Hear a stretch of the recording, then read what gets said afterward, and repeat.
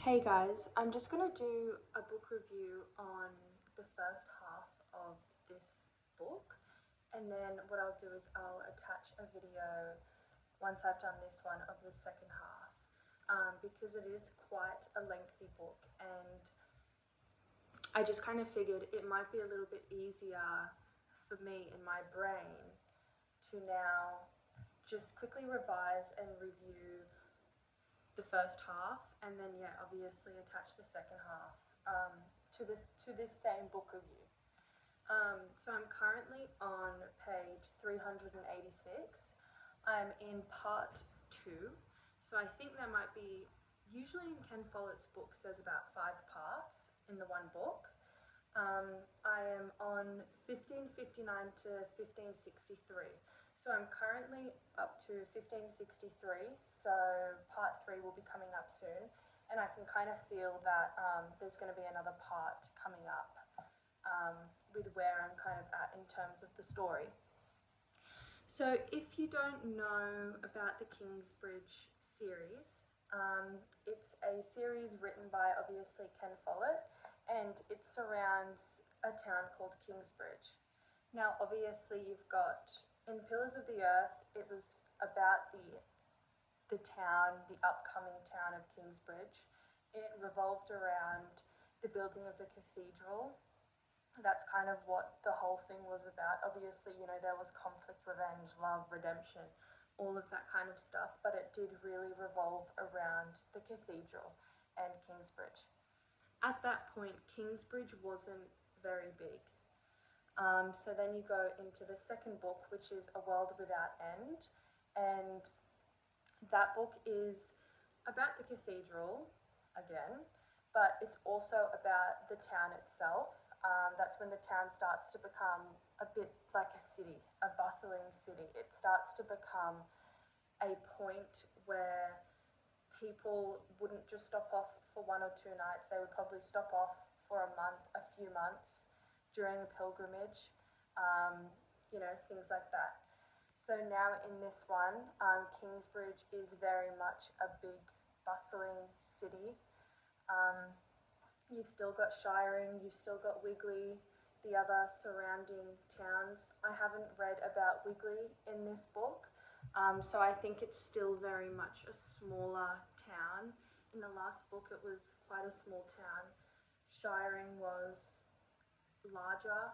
In my eyes it was larger than Kingsbridge in the last book. I haven't heard much about Shiring either. So I did just want to talk to you about, just that first half of the book, A Column of Fire. So this book is a little bit different to the other 2 that I have read. Obviously Ken Follett has an amazing way with how he writes. He knows how to paint a picture. He knows how to write a book. I've become very fond of him as an author. However, with this book so far, it is very political. This is in the time of the Catholics and the Protestants, and the disagreements, what happened throughout those times, the Civil War. So this book has a different taste to it, which I'm not used to. I don't often read books that are around, the history, politics. I don't necessarily have an interest in them. I think because I don't have an interest with them, I haven't built up enough knowledge and education revolving around, for an example, this era. So a lot of the things I'm reading, I'm having to kind of look up what they mean, or just to kind of get an idea. Like, I looked up, so we're in King Henry VIII. I did look up, where does he stand, what are his views, what was he, implementing, what was he putting on to the citizens while he was king, and kind of trying to navigate almost where I would sit in all of this. I feel like that's something that I do when I read a book. Where would I sit in this situation, you know?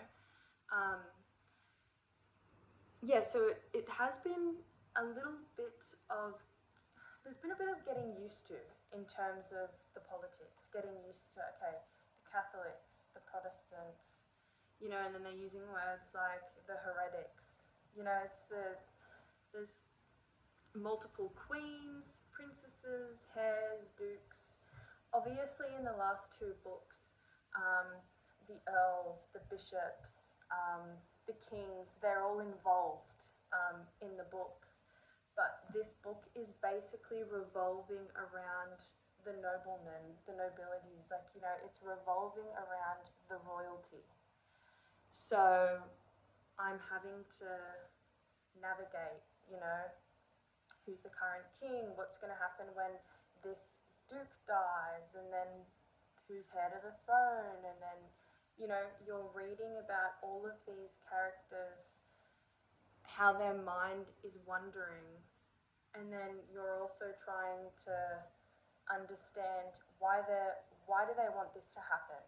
They, you know what I mean? It's a huge chain of events, a ripple effect of what is then going to be that end goal. So that's a whole kind of thing that I've been dealing with, but it's been really, really good because there are books that I've read where it is mindless reading.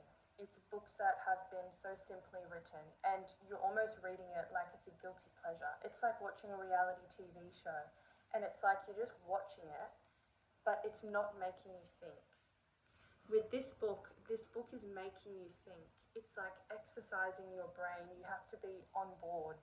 You know what I mean? I can't just open this book and I'm just reading for the sake of reading, you know? That's not something I usually do because I tend to like books with a bit of substance, but it's still something, yeah, I suppose being in that practice and reading and taking everything in and trying to understand, it's also widening my knowledge and widening my brain, I suppose. Ken Follett knew it was going to get a bit confusing for the reader. He did. So he did a wonderful thing, which I have referred back to. He's made the cast of characters, and he's done, for an example, England. You've got these different families, these different groups, because we're going all around the world in this book. You've got more, and more, and then I think you've got, yeah, more. So, you know, you've got people from the Netherlands, from Spain, from Scotland, from England, you know, it's France, like, it's, you know, it's everywhere, it's happening. You obviously have the two maps of Kingsbridge. There's I think in every book of the Kingsbridge series, you have Kingsbridge and then the Prairie. Obviously, the more books you go on, the more built up Kingsbridge and the Prairie becomes. So you can see here, that is Merthyns Bridge, and then you've got Caris's Hospital. That's obviously from the last book. And then you have a few other places in there that is from the very first book. So it's nice that you're able to look back on it, and it gives Ken Follett a good chance to kind of relate back to that. So this is following, the perspectives you're reading from, I'm just trying to think now, it'd be at least 8. So you're following a queen's perspective, you're following Barney, which is, you're following the queen, and then you're following a few other people from they stand in a lesser royalty, so they're not so noble, they're almost your everyday person with a business, and then you're following a lot of people. You are following, like, it's very different perspectives from countries, from religions, obviously gender, experiences, situations. So you're kind of getting this whole image painted from every single perspective. which is a little bit confusing, as I said, and I did rant on a little bit about that, but to be able to write with all those different perspectives, and you've got all those countries, and to be able to write a book that is so full of detail, has so much substance, and such a great storyline is truly a skill. You know, Ken Follett, like, I can't thank him enough for this series. I am in absolute awe of it. Like, it is seriously amazing. So what I'll do is I'll put in the second part, obviously after this. But yeah, for now I'm just around halfway through. This is when things are starting to get a bit, the excitement is really settling in. It did take, you know, the first 100 pages was kind of getting to know everyone. The second hunt, so from 200 onwards, you were kind of then starting to slowly get looped into how everyone connects, and then the third, like the 300, is kind of that build up, and I think I'm at 400 and something pages now, and now it's kind of like, okay, things are getting very hot. So yeah, that was the Column of Fire first part, and I'll add in the second one. Hey guys, I just finished the Column of Fire, so this is the part 2.